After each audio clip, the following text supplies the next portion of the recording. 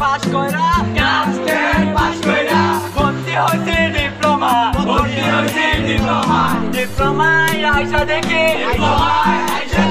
কারিগরির কাহিনী ক্লাসে যাইয়া দেখি ক্রাফট মামা ক্লাস নেয়